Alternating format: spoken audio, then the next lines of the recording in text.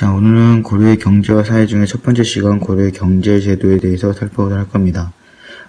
PPT와 그런 유인물 여러분이 확인하면서 공부하시면 될 것 같고, 첫 번째 학습 목표부터 얘기를 하자면, 첫 번째, 전시가 제도를 기반으로 한 토지제도의 특징을 설명할 수 있다. 두 번째, 고려의 수치체제의 특징과 운영 방식을 파악할 수 있다. 이 두 가지로 오늘 이 시간에 살펴보도록 할 건데, 우리가 흔히 고려시대와 조선시대 경제제도 하면 꼭 배우는 게 뭐였냐면, 농업정책에 대해서 배우는데, 그 이유는 뭐냐? 농업정책과 토지제도, 뭐 이런 거에 대해서 살펴보는데, 토지제도. 그 이유는 뭐냐? 간단합니다. 조선시대까지 그 시대의 산업의 근간이 농업이기 때문에 그렇습니다. 그렇기 때문에 경제를 발전시켜야지만이 국가 재정이 확보가 되기 때문에 이 경제의 근간이 곧 농업이기 때문에 농업 생산량을 향상시키는 방향으로 국가 경제 제도가 초점이 맞춰져 있습니다. 그렇기 때문에 가장 중요한 게 농업정책이고, 이 농업정책을 바탕으로 국가 재정이 확보가 되면 그 다음에 뭐가 있냐면 이제 수치제도가 있습니다. 수치제도. 그래서 오늘 이 시간에 농업정책과 수치제도 이 두 가지를 살펴보도록 할 거고요. 세 번째는 이제 뭘 배울 거냐면 전시가 제도. 이 전시가 제도가 어떻게 보면 그 당시 고려시대의 토지제도의 근간이 됩니다. 오늘 이 시간에는 이 세 가지를 살펴보도록 하겠습니다. 농업정책 같은 경우는 방금 말한 것처럼 목적이 뭐냐면 국가 재정 확보, 그 다음에 농민생활 안정을 위한 목적하에서 어떤 목표가 있냐면 농업 생산력을 향상시키는 데 있습니다. 이런 농업 생산력을 향상시키는 방법에는 크게 세 가지가 있는데, 첫 번째가 농업을 장려하는 방법, 두 번째가 농민을 보호하는 방법, 세 번째가 농업 기술을 발전시키는 방법, 이 세 가지가 있습니다. 농업을 장려하는 방법에는 이런 게 있어요. 어쨌든 간에 농업 생산을 늘려야 되니까 물리적으로 토지 면적을 늘리는 건데, 그러기 위해서는 사람들에게 뭘 장려해야 되냐면 개간을 장려해야 된단 말이에요. 개간. 그러니까 토지를 많이 만들어라. 그 개간을 장려하기 위한 혜택이 뭐냐면 면세 혜택을 줍니다. 우리가 PPT를 보면은 그런 내용들이 나와 있습니다. PPT에 보면 진전, 즉 항무지의 개간을 장려하는 내용에서 차트에는 수확의 전부를 2년째는 농지 주인과 반씩 나누어 가진다, 이런 면세 혜택을 주는 이런 혜택이 있고요. 두 번째는 농민 생활을 보호한다. 그러니까 농민들이 안정적으로 토지에 매진할 수 있도록 농민들을 좀 보호해주는 정책인데, 첫 번째가 의창, 빈민을 구제하는 의창이 있고요. 그다음 물가를 조정하는 삼평창. 그 다음에 여름철 자비역을 금지하고 재해시 세금을 감면하고 고려대 이자를 통제하고 이런 것들을 통해서 농민 생활을 안정화시키려고 노력합니다. 세 번째는 이제 우리가 살펴볼 게 뭐냐면 농업 기술 발전인데, 첫 번째는 이제 11법의 발달, 11법 이제 비료 기술이 점점 발전하겠죠. 그 다음에 두 번째는 이제 소를 이용한 깊이가리 일반화. 이게 무슨 말이냐면 흙이 있단 말이에요. 흙이 있는데 그 흙의 겉표면에 있는 흙과 이 속에 있는 흙이 좀 다른데, 이거를 소의 힘을 이용해서 안에 있는 흙을 바깥으로 이렇게 끌어준단 말이에요. 그러면 이제 그냥 토지의 영양분이 이제 순환이 되면서 이제 생산량이 늘어나게 됩니다. 두 번째는 이제 이양법이 보급되는데, 이게 이제 고려시대 때, 고려 건국 초기에 이양법이 보급된 게 아니라 원나라에서 이제 고려 말 때 유입이 되는데, 아쉽게도 전 국토가 이양법이 되는 게 아니라 남부 일부 지역의 한정에서만 이양법이 이제 보급이 됩니다. 그 이유는 뭐냐면, 이양법을 통하면 상당히 농업 생산이 늘어나긴 하는데, 단점이 뭐냐면 물이 많이 필요하단 말이에요. 근데 그 당시에는 아직까지 저수지를 많이 못 만들었기 때문에 이 물 확보가 어려웠기 때문에 이제 이양법이 전국적으로 확산이 되지 못하는데, 조선 후기 때가 되면 이 저수지가 확산이 되면서 이제 이양법도 이제 전국적으로 확산이 됩니다. 세 번째는 2년 3작의 방농사, 윤작법이라 하죠. 2년에 이제 3번 방농사를 짓게 되는 거고요. 그 다음에 이제 농업기술력, 농업기술책이 이제 전리가 되는데, 주로 어디서 전리가 되면 중국에서 전리가 됩니다. 고려말 때 이하면이라는 사람이 온나라 농법서를 갖고 오는데, 그 농법서 이름이 뭐냐면 농상집요입니다. 농상집요. 그 다음에 고려 말 때 이제 뭐가 들어오냐면 문익점에 의해서 목화가 들어오죠. 이 목화가 재배가 되면서 이제 일반 백성들이 아주 따뜻한 옷을 입게 됩니다. 자, 이걸 통해서 이제 농업을 장려하고 농민을 보호하고 농업 기술의 발전을 통해서 이제 뭐 하게 됩니까? 농업 생산력 향상을 깨하게 되는 거죠. 두 번째 볼까요? 두 번째는 수치제도. 결국 농업정책에서 농업 생산을 늘리는 이유는 뭐냐? 그거는 국가재정을 확보하기 위해서고, 국가재정을 확보하기 위해서는, 원활한 수치제도가 운영이 돼야 되겠죠. 담당 부서는 이제 호부나 3사가 있고요. 운영 방법에는 뭐 기준이 있어야 될 거 아니야? 그 기준 역할을 하는 게 양안과 호적이 됩니다. 수치제도는 크게 토지세인 조세와, 그 다음에 특산물을 납품하는 공납, 그 다음에 노동력을 징발하는 역, 이게 조세 공납역으로 진행이 되는데, 조세, 토지세는 뭐냐면, 이제 비옥도에 따라 3등으로 분류가 되고, 대략 한 10분의 1 정도 징수하게 되고, 이거는 이제 조창과 조은제도를 통해서 운영이 됩니다. 이것도 이제 PPT에 보면, 이제 조창과 조은제도가 나오는데, 조창은 뭐냐면, 이제 거점 지역에다가 이제 창고를 만들어서, 그 창고에다가 뭐 합니까?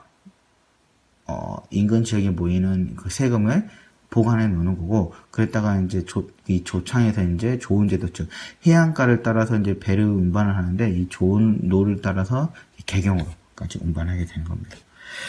그 다음에 공납 같은 경우는 특산물에 징수하는 거예요. 중산지대에서 가오, 즉 집집마다 징수를 하게 되고, 이거는 향리가 담당이 됩니다.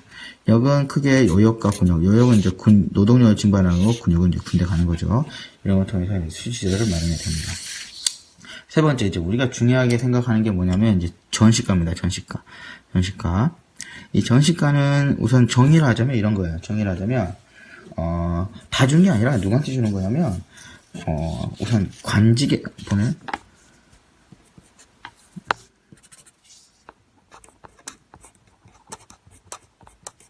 관직의 복무, 그 다음에 직역의 대가. 직역이라는 건 나란 일 얘기합니다. 대가로 뭘 주냐면 전지와 시지를 지급하는 제도를 우리가 전시가 제도로 합니다. 간직에 대한 복무, 그러니까 대상이 누구냐면 문무관리가 되겠죠. 직역에 대한 대가. 다른 일 한다. 다른 일 하는 사람은 군인, 향리, 뭐 그 외에도 여러 가지 사람들이 있는데, 이 사람들을 대상으로 이제 전시가 제도가 운영이 되고요. 운영을 보면 우선 사망과 퇴직시가 되면 이제 더 이상 간직의 복무가 직역의 대가를 할 수 없기 때문에 원칙은 반납해야 됩니다. 그 다음에 전지와 시지를 줬다는데, 전지는 뭘 주냐면 일반적인 논을 준다고, 논이라고 생각하면 되고, 시지는 뭐냐면 뗄나무를 벨 수 있는 토지를 줍니다. 지금 뭐였냐면 임야 산. 옛날에는 이제 뗄나무를 통해서 이제 뭐 난방도 하고 뭐 이렇게 하니까 상당히 중요하겠죠. 시지를 주는데, 이 문제는 이제 전지, 지금 논을 준다는데 논에 대한 소유권을 주는 게 아니라 뭘 주냐면 수조권을 지급합니다. 수조권이라는 건 뭐냐면 세금을 거둘 수 있는 권리죠. 원래 세금을 거둘 수 있는 권리 누가 갖고 있어요? 국가가 갖고 있는데, 이제 국가가 이제 관리들에게 문무관리라든가 군의가 향리들에게 전시가를 지급해주면서 이 세금을 네가 거둬라 이렇게 하면 수조권을 지급하게 되는 거죠. 한번 볼까요? 쭉 보면 고려시대 토지제도를 구분해 보면, 고려시대 같은 경우는 이제 토지를 누가 갖고 있느냐에 따라서 이제 왕실과 관청이 소유하고 있으면 구주지, 그 다음에 귀족과 관리 농민이 소유하고 있으면 민전이라고 하는데, 주로 구기지와 군주가 많겠죠. 그 다음에 이제 수조권은 누가 거두냐에 따라서 수조권을 국가가 거두면 공전, 그 다음에 개인이 거두면 사전이 되는데, 이 사전은 주로 방금 말한 것처럼 이런 전시가 제도 하에서 민간이 걷어들이게 됩니다. 그 다음에 전시가의 종류를 좀 볼까요? 전시가 종류 되게 많아요. 전시가 종류는 크게 과전이 있습니다. 과전. 그래서 지난번에 내가 설명하기로 문벌 귀족들의 그런 경제적 기반이 되는 게 과전과 공음전이라 이렇게 얘기를 했죠. 그래서 말하는 과전은 전시가 제도 중에서 문무관리에게 주는 토지입니다. 문무관리에게. 크게 보면 전시가라고 할 수 있어요. 문무관리에게. 그 다음에 오품 이상의 관리들에게 주는 토지도 있어요. 오품 이상의 관리들에게 주는 토지가 아닌데, 이런 토지를 우리가 뭐라 그러면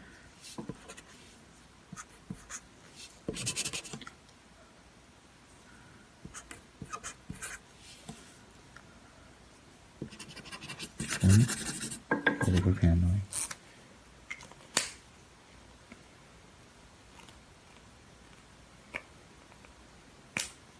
이런 토지를 우리가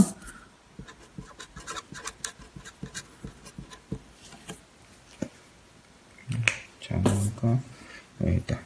이 토지를 우리가 공음전이라고 합니다. 공음전. 자, 봅시다. 이런 토지를 이제 공음전이라고 그러고, 이런 공음전은 오픈 회사의 관리들에게 주는 건데, 중요한 건 뭐가 가능하면 세습이 가능하고, 이걸 통해서 이제 고려의 기적적 특징을 우리가 이해할 수 있습니다. 유품 이하의 관리의 자재들에게 주는 토지가 있는데, 이거는 주로 이제 임용대기자에 주는 건데, 이런 토지를 우리가 뭐라고 그러면, 한인전이라고 합니다. 한인전. 하고, 이거는 이제 관리의 지문이 세습되는 걸 의미하게 되죠. 왜냐면 어떤 식으로든 유품이나 관리의 자재들을 우리가 뭔가 좀 케어를 해줘서 이제 관리로 임명을 해주겠다. 이런 이제 관리들의 신분이 세습되는 역할이 됩니다. 그 다음에 하급 군인들에게는 군인전을 주고, 이 군인도 마찬가지로 세습이 되기 때문에 군인전도 뭐가 이루어지냐면 세습이 가능합니다. 세습이 가능하더라. 이 군인전을 제때 지급하지 못해서 이제 무신전병이 발생하게 되죠. 지방 향리들에게는 외역전 이런 형태로 주게 되고요. 그 다음에 하급 관료, 그 다음에 군인의 유가족들에게는 구분전 지급이 되고요. 그 다음에 공회전 같은 경우는 중앙과 지방 관청에게 주는 토지고요. 그 다음에 내장전은 왕실, 그 다음에 사원전은 사원 경비로 주는 거고, 이런 하나, 둘, 셋, 넷, 다섯, 일곱, 여덟, 아홉 가지의 그런 토지를 우리가 크게 묶어서 뭐라고 그러면 전시가라고 합니다. 크게 전시가. 이런 전시가는 고려 사회를 움직이는 하나의 근간이 되기도 합니다. 이런 전시가는 크게 우리가 PPT를 좀 통해서 보면 한순간에 딱 여의 땅하고 나타나는 게 아니라 여러 가지 단계에 걸쳐서 이제 발전하게 되는데, 전시가의 그 시초는 어디서 나오냐면 태종 왕건이 만든 역분전이라는 게 있는데, 이 역분전은 근데 좀 기준이 좀 모호 있어요. 왜냐면 기준 자체가 농공행상의 성격이 좀 강해요. 농공행상의 말은 뭐냐면 공을 논해서 행상, 즉 상을 행한다는 건데, 인품을 기준으로 한단 말이에요. 근데 그 인품이라는 게 결국은 태조에게 얼만큼 충성을 했느냐, 이 차이를 주기 때문에 사람들의 좀 불만이 좀 많았습니다. 그래서 이 역분전을 조금 업그레이드 시켜서 경종 때가 되면 뭘 만드냐면 이제 시정 정시가, 처음에 이제 정시가 제도가 나타나게 되는데, 이 전시가는 기준이 뭐냐면 역시나 이 농공해상적인 성격이 좀 있긴 해요. 인품, 그 다음에 광종 때 이제 뭐가 만들어지냐면 간품이 만들어지는데, 이 인품과 간품을 기준으로 전직, 현직 관리를 대상으로 하게 됩니다. 살짝 좀 개편이 되긴 했지만 아직까지 이제 인품이라는 기준이 좀 남아 있어서 여전히 좀 모호한 측면이 있고, 그다음에 전직 관리들에게도 역시나 전시가를 주기 때문에 뭐가 이루어지냐면 토지가 점점 좀 부족해지는 현상이 발생이 됩니다. 이걸 좀 고쳐서 이제 목종 때가 되면 이제 개정 전시가라고 해서 두 번째 전시가가 개편이 되는데, 여기서 이제 뭐가 빠지냐면 인품이 빠져요. 그래서 이제 간품을 기준으로 하지만 여전히 전직과 현직 관리에게 주물러 토지 부족 현상이 계속 발생이 됩니다. 그러면서 이제 문종도가 되면 이제 최종적으로 이제 경정 전시가라고 해서 이제 전시가가 이제 만료가 되는데, 이때 이제 기준이 간품 기준으로 하고 현직 관리를 대상으로 한다. 이러면서 이제 어느 정도 정비가 이루어지게 됩니다. 이 사이에 광종이 있고요. 경종과 목종 사이에 성종이 있습니다. 자, 이런 식으로 전시가가 변천이 되더라. 그렇지만 이런 전시가도 나중에 이제 고려시대가 되면서 이제 어떻게 됩니까? 점점 변질되기 시작하죠. 그 대표로 이제 뭐가 있냐면, 문보의 기적, 그 다음에 무신, 그 다음에 공무세력들이 이제 뭐합니까? 자신의 권력을 이용해서 소위 말해서 이제 대토지를 겸병하게 되면서 이제 전시가 제도가 붕괴되기에 이르고, 이제 특히나 이제 무신정권을 거치게 되면서 전시가 제도가 완전히 붕괴가 되죠. 그러면서 1391년에 뭐가 됩니까? 화전법이라는 게 시행되면서 어느 정도 고려 토지 제도는